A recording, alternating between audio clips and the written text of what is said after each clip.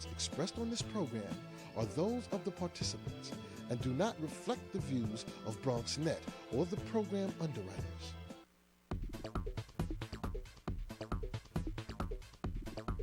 BronxNet. Your voice, your views, your vision.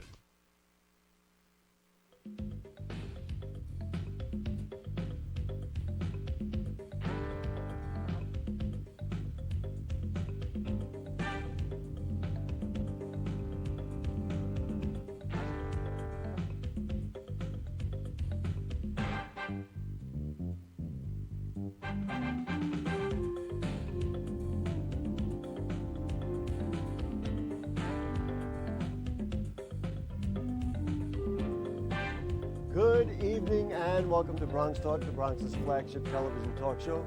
No phone calls tonight because of the holiday, but you can email comments to us, as always, at bronxtalk@hotmail.com, and we'll read those on the air during a future edition of our program. Well, tonight, it's music. I saw the children you're going to see perform at the Bronx Parade, and I was completely taken with them.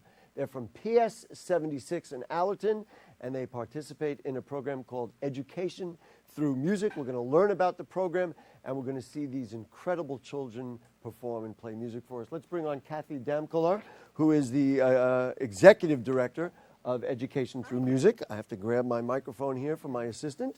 Thank you for joining us. Tell us about Education Through Music. Step in just a little more and tell us about the program and what is Education Through Music. Okay. Since 1991, Education Through Music has always believed that children should have access to a well-rounded education, one that includes the arts. And so we exist to ensure that every single child has music education as part of a well-rounded learning opportunity. Is music something that helps children in other areas of their academic performance, or is it really an isolated thing? Well, you learn music and that's a good thing. It definitely does. I think it depends so much on how it is brought to the school. Education Through Music does not believe in outreach programs. We think they're wonderful, but that's what they do. They provide just enrichment. I think music has to be part of the core curriculum, and when it does, the benefits just are phenomenal. There must be 10,000 studies out there, Gary, that show that music education supports learning. It's a wonderful motivator. It helps build self-esteem, but on top of that, more than anything, music helps learning in other areas. It actually teaches the skills that children need to be effective learners. So the studies out there have proven on and on and on again that it helps them academically and in life. If you think about the academic skills, it's math and science, and certainly from a development perspective, gives them ownership over something that they learn that they can do and not get discouraged about. And music is fun. It does, but it's even more so than that, Gary. It is how children learn how to compare and contrast and predict. And these are the skills that make you great readers, great mathematicians, and lifelong learners. And that's what we want. The program is not Star Search. It has never been that reason. It is to give our children a very well-rounded learning opportunity. How difficult is it to get it located in a number of different schools? Let's talk about the scope of the program, where you're in, and what the challenges are to get it to as many children as possible. We're currently in 22 schools, and it really depends on the principal. The leadership of the school has to really believe in the philosophy that a well-rounded education includes the arts. And when that happens, then we build a strategic plan. The children cannot even begin to have a band program unless they have a general music program. So every week throughout the city, 11,000 children have music education once a week. And on top of that, it's layered with instrumental and band programs. As you know, I'll always get political, but the point is there's a lot of pressure on principals to show numbers in science and math and English and scores, and I'm sure that makes it a little more difficult to convince some principals that, well, if you put your resources here, it will turn out for you, I guess, in the long run. It does, and I think there is a tremendous emphasis in the Department of Education now to ensure that we do have the arts in our schools, but principals use isolated and fragmented opportunities for that. They'll use a lot of outreach programs for 6 weeks or for have an artist in residence, and that they will assume that every child will have music education, and that's just not happening. It's almost as if we took math out of the school and we decided, well, let's bring someone in from MIT, and at the end of 6 weeks, you and I both know that the children will not know math. Let's talk about funding. All the children have what appear to be, and people are going to get to see them, so hang on there. We're going to let them see and hear them play. But they have what appear to be excellent instruments. There has to be some funding for that, as well as, of course, the teachers and other professionals that are employed. How does that work? Well, the entire program is a very diversified funding stream. We're always looking for more money so we can go into more school, as you know. We do have wonderful relationships with foundations, including VH1 Save the Music. We have purchased our own instruments, and the children have an opportunity to rent the instrument, or we give them instruments as need be. But every child will have an instrument. It is not, again, it is not Star Search. Let's get the numbers again. The number of children, the number of schools citywide, and then, of course, for us in the Bronx, it's important, the number of schools in the Bronx involved. Oh, we have a lot of schools in the Bronx. Yay! Yay! We like that. We all like that. Probably because I was born and raised in the Bronx. So That's good. I definitely have an emphasis over here. We are 22 schools, and 11,000 children weekly have music education. And the future, you'll get to as many schools as you can. We will. Slowly we are, it's all about funding. The schools do provide some of the funding, but only a third. But eventually they become sustained. Today, the teacher that is here started out as an education through music teacher, became certified, and is now hired by the school. Talk about sustainability. Only if we can put ourselves out of business. Wouldn't that be not for profit? There you go. Let's just put down an email address for especially for educators who say, you know what, I like this idea and I want to expand my program and include music. How do they get to you? Okay, it's etmonline.org. Okay, we're going to put that up on the screen, etmonline.org, and then you'll be able to contact you and all the other folks. Okay, yeah. Guess what? I'm going to throw you out of here. There you go. Because we're going to bring in That's Jessica Parr, who's Okay. come on, Jessica, come on in. Jessica is the director of this wonderful group of kids. I'm going to get out of the way and take it away. The first song is Power Rock. Power Rock on Bronx Talk, PS 76. Thank you so much.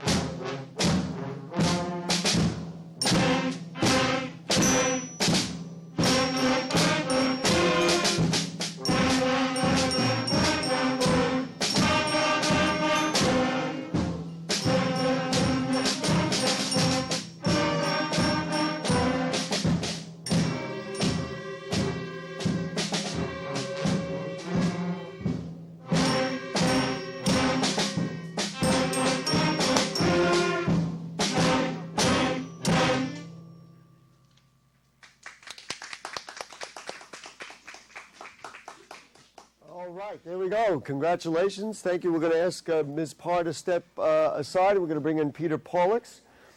Peter is the director of ETM programs. Thank you for joining us. Hi there. Hi. This is exciting for you, I know. Talk about the kinds of opportunities that you get to play, and they practice all year. Obviously, they don't do this every year, but what is it that they gear up their school year for? Well, I'll tell you, as Kathy had mentioned, when we begin a program, it begins with the foundation of music education, and that's the skills that we're looking at. When students begin in kindergarten with us, we give them, these students there that you see before you have had music since they were in kindergarten. They have music, general music, once a week the entire year long. When they are in 5th grade, we are able to build upon those programs so we can introduce them to band instruments. We oftentimes do orchestra in the 4th grade. PS 76, Ms. Louise Sadato, the principal, had said, I really want to do a band program here because there are so many different band instruments, and there are so many different personalities. It includes more of the young people. Absolutely. So we are really 84 strong in the concert band at PS 76, and really proud of that. This is their first year playing, but again, it's not their first year doing music, which is why they have a point of reference. They understand what music education is. They have a foundation. And then what happens to them and their musical development after this? That's a great question. We have worked very, very hard this year to prepare them. Education through music, as Kathy had said, has been around since 1991. We've partnered primarily with elementary schools, and we've run a foundation of programs of general music. We said we're fearful about putting together a band program, an orchestra program, if there's no place for them to continue those studies when they reach middle school. We are very, very happy to be partnering with a few middle schools now. Many of the students that you see here have auditioned for and have been accepted to MS 180 in Co-op City, where we will be partnering next year, so they will be able to continue not only their music studies, but their music studies in band. Mm-hmm. Let's talk about, and I mentioned it to Kathy beforehand, about the instruments and where they come from. Is it difficult to find instruments and get the children instruments? Because, you know, it's very easy to say, hey, we want you to play the flute, but you've got to have it, and you've got to have it in your possession to be able to do it, you know. It's interesting. When we first started, we asked, which is the flute and which is the clarinet? And, you know, many of us didn't know. And so we started building this band program. Wait a minute. You didn't know? Well, I guess Ms. Parr and myself. Oh, you know. But okay. in sharing, we met with parents and we talked, what does the program look like? It's just that point of reference. What is a concert band? The assistant principal said to me, we don't have a football team. Why do we need a band? And, you know, we talk about, Kathy had mentioned the studies that there are in music education. We talk about the independence, the transferable skills, the independence. These students that you see here, they show up for band rehearsal 3 times a week at 7 a.m., an hour before school begins, on their own. They come with their own instruments. They show up ready to rehearse. So that program, I mean, that's really in part to Ms. Parr, the music teacher here, and their foundation of skills. Now, I know that the people in the school will know about these individual children and their development, individual development, but what do you see in them, not only in music, but in, because I know you work very hard in even disciplining the number of children so that they can, you know, handle a performance like this. What change do you see in them as young people over the course of time? Well, you know, it's funny, Ms. Parr and I were just talking about that today because whether you know it or not, you've gotten a lot taller from the fall. The 5th grade, as I'm looking at you, you can smile a little. And so they're, but just their independence. When you see them walking by themselves to school in the morning at 7 o'clock with their oboe under their arm or their baritone under their arm, and some of those instruments, they're heavy. And they show up every day with them. So it's a real credit to them. And not knowing how to put it together in the beginning to where they are now is just, you know, amazing. And I guess my last question for you would be similar to the one that I asked to Ms. Damkler, and that is, what's next? I mean, you talked about, well, they're going to go from this school to an MS school that has music. Can I assume the next step would be even into high school? We hope to get that point. We absolutely do. You know, as Kathy said, this isn't a star search, but when the process is good, the product is pretty darn good.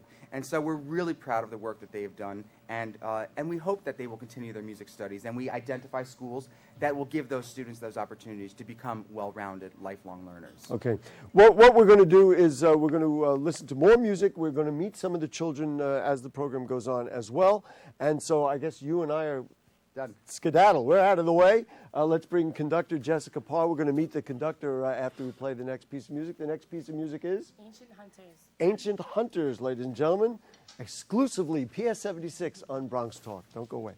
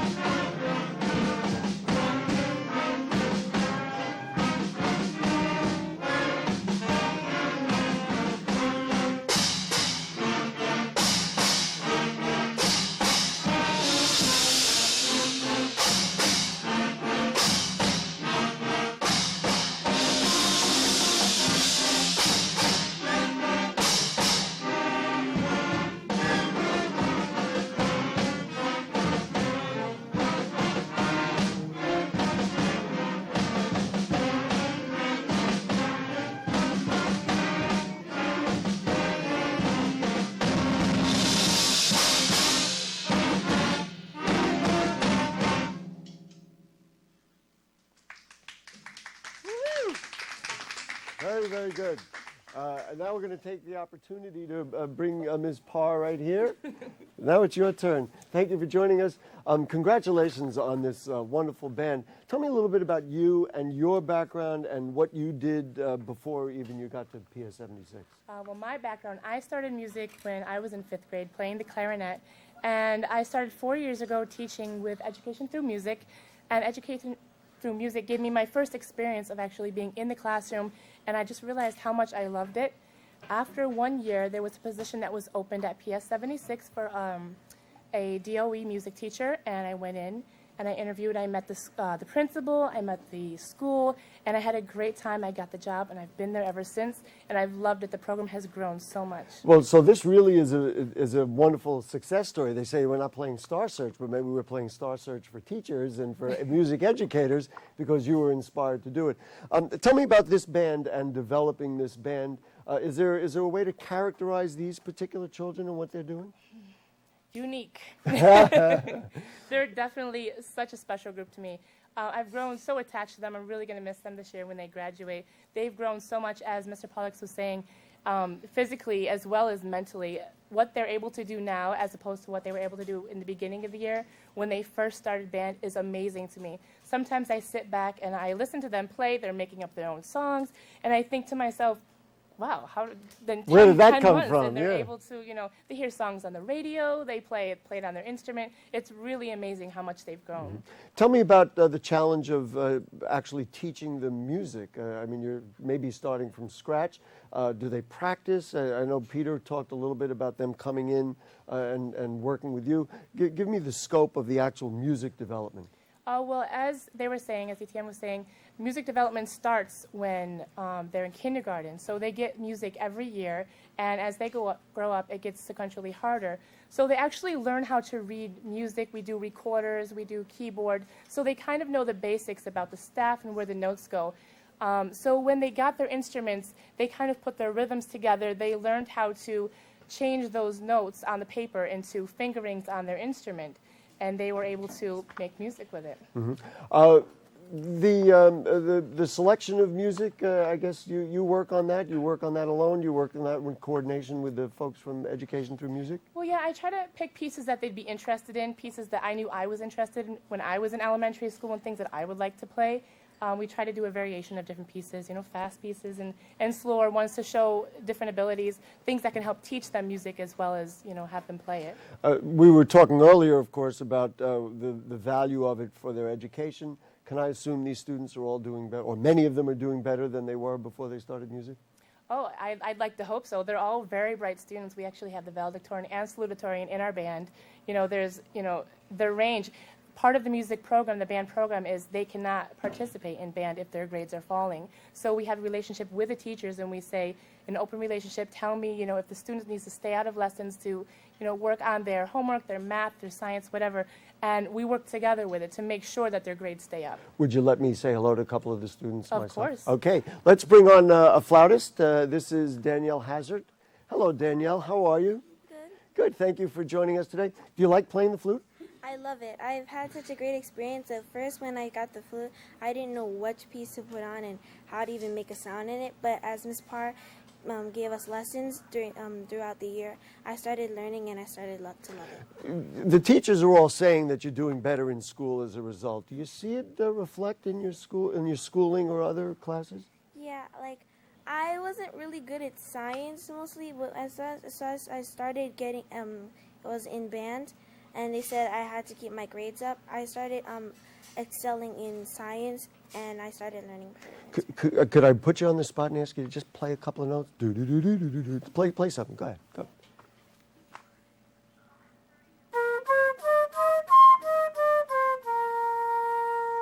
Very nice. All right. Can we have a hand from everybody for your colleague? Danielle, thank you so much. And we're going to have you sit down, and we're going to bring in, let's see, this is Amanda Rodriguez. Hi, Amanda. How are you? Amanda is a sax player. I'm going to ask you to play first before I talk to you. So play me a couple of notes, just a little doo-doo-doo-doo. I don't care what it is. Play.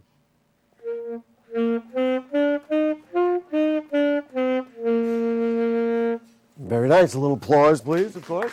Amanda, how often do you practice? Well, we're supposed to practice practice every day, which I do, and we have each week we used to practice with Miss Parr, and she used to teach us new, and also each Monday, Wednesday, and Friday we get up and we come here before school at 7 o'clock. At 7 o'clock, and you play with the band. Do you like that? Is that annoying, or is that something you look forward to?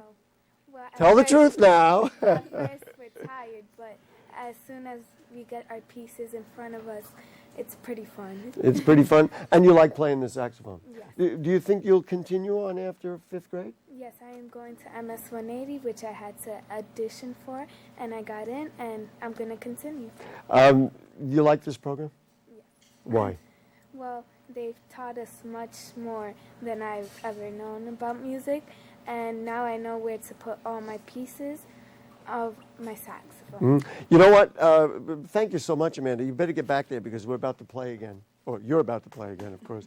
I will tell you, which camera am I? Go ahead, you're back over there. I will tell you, if you want an advertisement for what we need to do in our schools, do you have a better one than what we have here? We got to do more music, right? Well, let's have more music on Bronx Talk. Okay, so the last one, this one everybody will know. This is Billie Jean. Billie Jean. Jessica Parr and PS 76. Take it away.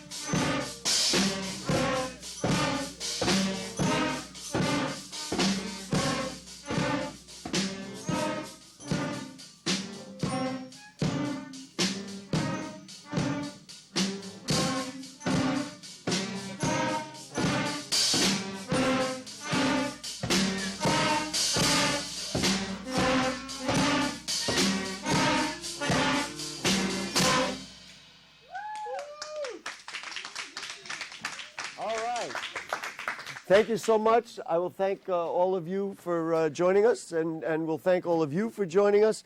We'll just tell you that, where am I looking? This way here? If you have further comments or questions on here I'm looking here, on anything you heard on tonight's show, anything going on in the Bronx, and email them to us at bronxtalk@hotmail.com, and we'll read those on the air during a future program. Archives of Bronx Talk are available at blip.tv. Just search for Bronx Talk. So many people to thank for tonight. Executive Director of BronxNet is Michael Nobby.